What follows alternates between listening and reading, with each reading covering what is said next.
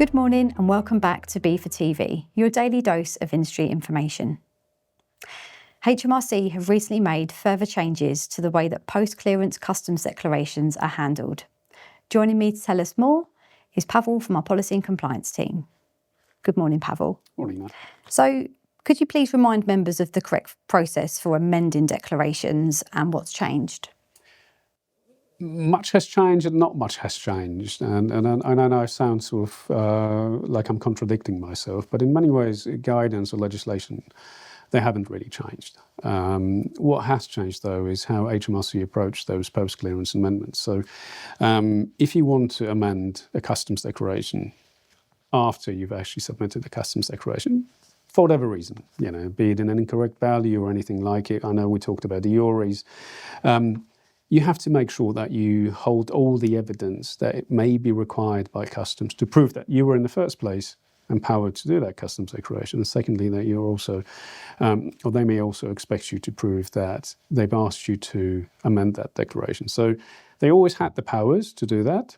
We know that in the past, HMRC used to be a bit more relaxed, I should probably say. I mean, this is anecdotal, but we know from members that their approach was a bit more lenient, whereas now they exercise their powers to make sure that everything's in order when it comes to PCAs, post-clearance amendments.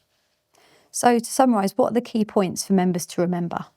Well, you need to make sure that, well, obviously you have to have a customs declaration. You need to make sure that you can prove that you were empowered. You have to prove that you were instructed to do that customs declaration. And this is what members sometimes forget about.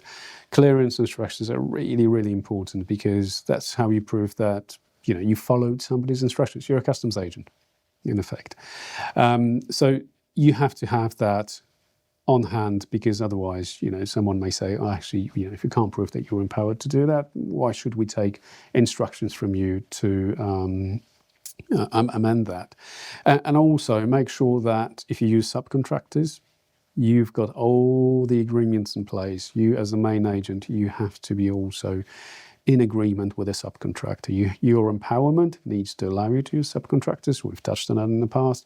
But then again, from HMRC's point of view, you will have to prove that as a main agent, you have a contractual relationship with a sub-agent. Because then again, it's just a chain of reactions. So as you see, a lot has changed and nothing has changed. But from our members' perspective, it's just that awareness, operational awareness of having all the paperwork to hand. Of course. Pawel, thanks so much for your update and thanks for joining us this morning. Thank you, Nat. To access the guidance previously shared by HMRC, please visit the link in the description below. That's all for today's episode of B4TV, your daily dose of industry information.